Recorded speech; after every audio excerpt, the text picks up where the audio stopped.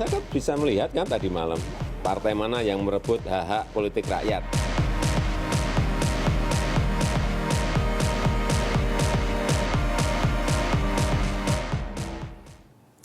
Ya, Anda kembali di Prime Time Talk dan saat ini sudah bergabung bersama saya melalui sambungan telepon dari Yogyakarta, mantan Ketua Mahkamah Konstitusi Mahfud MD. Pak Mahfud. Ya. Ya, ini kalau kita bicara soal langkah yang harus dilakukan oleh Pak SBY yang katanya mendukung pilkada langsung. Dia sudah memastikan akan mengeluarkan Perpu. Bagaimana nasib undang-undang pilkada langsung dengan Perpu ini, Pak? Ya, tergantung pada apa bunyi perpunya itu nanti ya. Tetapi satu hal yang sudah jelas bunyi Undang-Undang Dasar itu RUU itu dalam waktu 30 hari itu kan berlaku. Itu Undang-Undang Dasar. Sedangkan Perpu itu levelnya selevel undang-undang. Mungkin nanti akan timbul perdebatan hukum yang bisa agak panas dan kontroversial. Kita tunggu saja dulu seperti apa isi perpunya itu. Dan tergantung ke situ juga. Perpu memang bisa dikeluarkan ya dengan alasan subjektif. Artinya tidak usah ukuran beda dengan keadaan bahaya di dalam pasal 12 Undang-Undang Dasar itu kalau keadaan bahaya itu ada ukurannya. Tapi kalau genting seperti diatur dalam pasal 22 yang bisa mendasari Perpu ini tidak ada ukurannya, terserah presiden aja menganggap artinya ada. Indikatornya itu terserah presiden ya Pak Mahfud ya? Iya kalau Perpu, ya. Nah, menurut saya jalan lain sebenarnya masih ada di luar Perpu itu. Kalau memang Pak SBY sungguh-sungguh itu kan besok sudah dilantik tuh anggota DPR semuanya. Misalnya besok lusa atau besok sore lalu menginisiasi pengusulan perubahan undang-undang pilkada yang baru itu dengan inisiatif DPR itu kan hanya syaratnya 13 orang anggota mengajukan usul perubahan itu kan sudah memenuhi syarat menurut tata tertib DPR. Dan menurut Anda itu langkah yang lebih konkret sebetulnya jika presiden memang mendukung pilkada langsung? Artinya legislative review dan itu bisa dilakukan dan itu beberapa kali terjadi ya. 13 orang mengusulkan gitu tiba-tiba nanti gol gitu mendahului RUU yang lain. Itu mungkin saja terjadi. Ya itu prosesnya nanti akan seperti apa Pak Mahfud? Apakah harus ada persetujuan di dalam paripurna kah atau bagaimana supaya usulan itu menjadi prioritas untuk segera dibahas?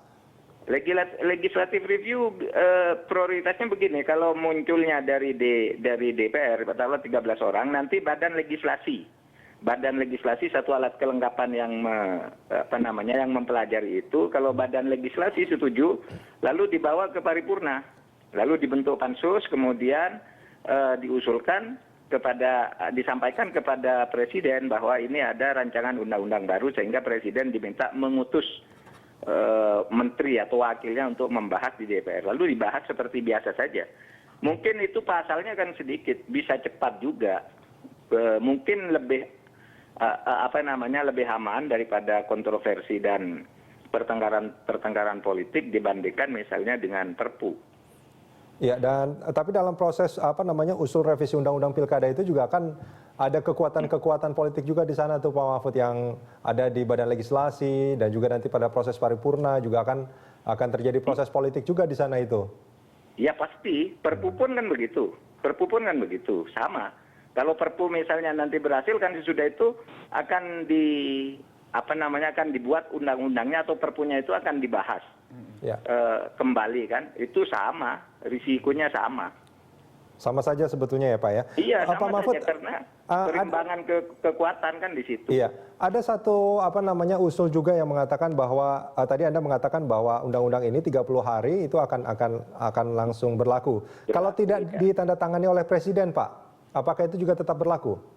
Iya, justru itu bunyi Undang-Undang Dasar itu apabila dalam waktu 30 hari sejak disepakati dalam sidang paripurna DPR antara presiden dan DPR itu, kalau presiden tidak tanda tangan, undang-undang itu menjadi sah sebagai undang-undang dan wajib ditempatkan di dalam lembaran negara. Itu bunyi Undang-Undang Dasar pasal 20 ayat 5. Itu bisa berlaku lebih cepat kalau misalnya ditandatangani besok. Misalnya, ya tidak usah nunggu 30 hari. Tapi kalau 30 hari tidak, ya langsung berlaku dan ditempatkan di dalam lembaran negara. Nah, disitulah saya katakan komplikasinya nanti kalau lalu ada Perpu. Ini bunyi Undang-Undang Dasar, sementara Perpu itu levelnya hanya setingkat undang-undang. Ya, artinya Pak, ini juga ada pertanyaan juga. Kalau misalkan ini Presiden belum tanda tangan dan baru berlaku 30 hari setelah kemarin disahkan, artinya betul. ini belum bisa di judicial review ya sebetulnya di MK? Belum. Semua sekarang itu baru manuver politik aja. Di dalam semua undang-undang itu yang terkait dengan judicial review itu tidak boleh prematur, harus sudah ada nomornya di dalam lembaran negara. Nah, ini kan nomornya itu nanti kalau Presiden tidak tanda tangan, nomor itu baru keluar tanggal 23 Oktober kan, 30 hari itu. Baik, Pak Mahfud, tadi Anda mengatakan bahwa selain yang dilakukan oleh Presiden yang sudah dipastikan akan mengeluarkan Perpu, Anda juga mengatakan agar mengusulkan kepada 13 orang anggota Dewan untuk merevisi Undang-Undang Pilkada.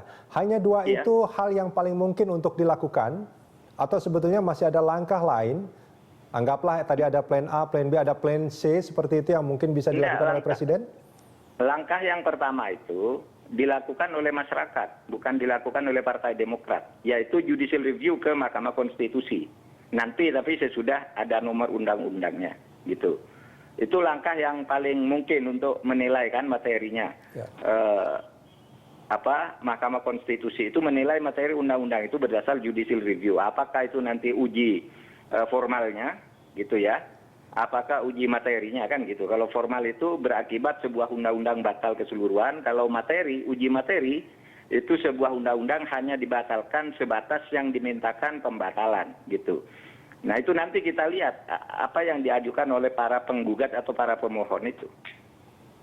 Nah, Pak Mahfud, ini kan menjadi pertanyaan juga. Sebetulnya kan Undang-Undang Pilkada ini diharapkan menjadi revisi atau perbaikan dari Undang-Undang Pilkada yang sebelumnya. Nah, kalau itu diuji materikan, apakah ini kita kembali ke Undang-Undang lama yang sebetulnya harus direvisi, atau opsi yang kedua dalam sidang paripurna itu yang akan menjadi berlaku, atau bagaimana sebetulnya Pak Mahfud? Enggak, jadi kalau diuji materinya itu, MK itu adalah lembaga yudikatif. Tidak boleh membuat vonis yang isinya mengatur. Oleh sebab itu MK itu nanti hanya mencoret kalau memang misalnya pemilihan langsung dianggap tidak, itu pasal itu aja dibatalkan. Baik. Ya, yang mengatur berikutnya nanti DPR melalui proses legislatif lagi. Oke, akan ada proses ulang di DPR berarti ya? Oh, pasti. Dan itu akan terjadi lagi pertarungan kan.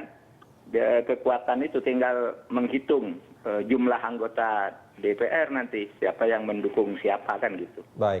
Pak Mahfud, kita akan sambung ini di segmen berikut, Pak. Oke.